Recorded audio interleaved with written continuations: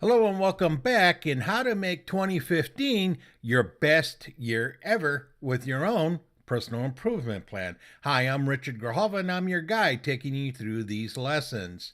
And we're continuing on with the goal getting system program. In the last lesson, we talked about writing down our goals. In this lesson, we're going to be talking about outcomes.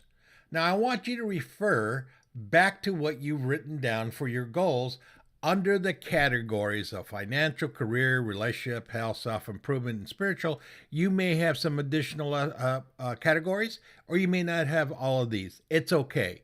But what I want you to do is go back and look at what you have written down underneath the categories that you selected.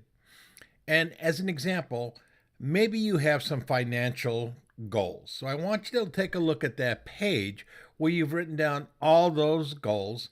And as you look at the various goals, I want you just to circle one, the most important one, the one that pops out at you right now, and just circle that one. Then I want you to do that for the other categories that you've written down. Maybe you have something down around your career or your business. Go ahead and take a look at those goals and just circle the very top one, the most important to you, and do that for each of the categories. Once you've done that, and you might have 5 or 6 goals, which is fine, what we want to do next is we want to pick the top 3.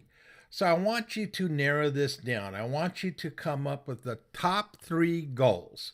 Because once you understand this process, you'll be able to do this for the rest of them. But take the top 3. And I want you to determine which of these is number 1, number 2, and number 3. So I do want you to rank them. So go ahead and take a few minutes and rank these goals that you have. And I want you to get the very top one. Now, once you've done that, you're going to need to have pencil and paper. So go ahead and get that, because we have an exercise that we're going to be doing. And this is incredibly important. This is one part of the system that isn't asked, but it needs to be. And it's going to help you to be able to get your goals. So let's get started. Now, what I want you to do is you're going to write down what your goal is. And you're going to write this question down. What do I really want? And this is an important question, but it rarely gets asked. So I want you to really think about your goal. What do I really want? Let's say that you're in sales and you have a quota. And maybe you put up there, your goal is to exceed quota. Now, why do you really want that? Now, for some people I worked with, the reason they wanted that is they wanted to be able to have the money to become debt free. Or what they really wanted was to put their children through college. Or what they really wanted was to pay off their house. So what they really wanted, well, you get the idea. I really want you to come up with, what do you really want with this goal? Because usually the goals are too broad. I want you to get very specific here. So take a few seconds, write down and answer that question. What do I really want? Now, once you've done that, you have the next question and you're going to answer is, when do I want it? So you've already answered what you really want. Now you're going to answer, when do you want it? And when you write this down, I want you to have the month and the year. Now, maybe it's in 2015. You want this to happen by October of 2015 or April of 2015 or December of 2015. Or perhaps you want it to be in April of 2016. Whatever it might be, what I want you to do is write the month and the year for this particular goal. After you've done that, the next question is this goal achievable? Now, I worked with somebody once who wanted to retire early. So I said, fine. How much are you going to need? When do you want it? How are you going to get there? Didn't have a good answer. So I said, here's $1. Good luck. Because it wasn't achievable in the time frame they wanted. They wanted to be able to do that before they were 45. And when they really worked this through and finished all these questions, they found that, that's not achievable.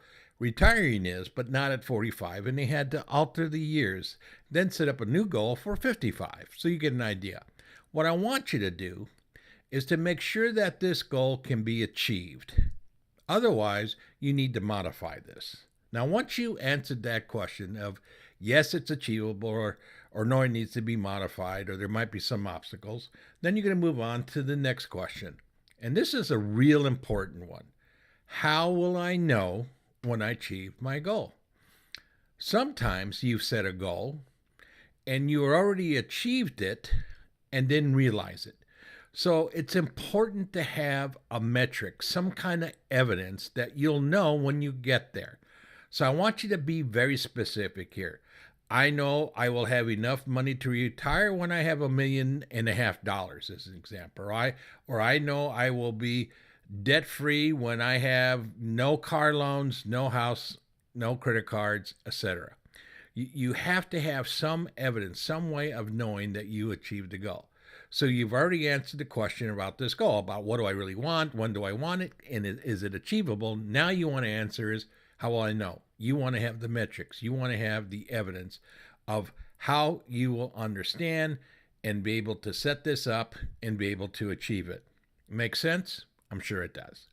So next is this goal under my control? I once was working with someone, and to help illustrate this, it said, in order for me to achieve my goal, my boss is going to have to do this. Well, that's not in your control. Your boss and helping your boss decide this may not happen. Your boss may get promoted and leave. I mean, there's too many factors in here. The goal was not under that person's control. So it's important that the goal that you want can be done because you become accountable for its success. If it's not, then you need to go back and alter this goal. All right? So you've answered the questions. What do I really want? When do I want it? Is it achievable? You've got the metrics when you know you'll achieve it. And now you've answered the question about whether or not it's under your control. The next question that you're going to answer is, do I have what I need? Now, this is about resources. In the case of the person who wanted to retire early, and I asked, do you have what you need in order to get that accomplished? The answer was, well, I have some stuff. But I don't have someone to help me do my financial planning. All right, so you need to go get a financial planner.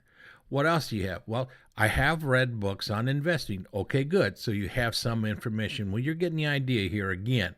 Do you have everything do you need? Do you have the resources? Do you have the tools? Do you have the support?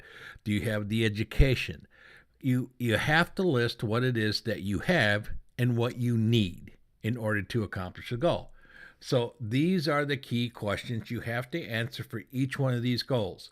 Once you accomplish this, when you really understand why you really want it, and this is going to help to incentivize you, to motivate you when you really know what you want, when you want it, knowing that it can be achieved, having the metrics to understand what's going to happen when you achieve it, that the goal is under your control, and you figure out that you have what you need or you're going to get what you need in order to get this done, your chances have just gone up dramatically of being able to achieve this goal.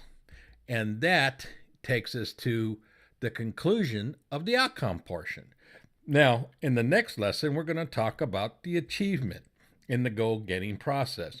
So I will see you tomorrow in the next video.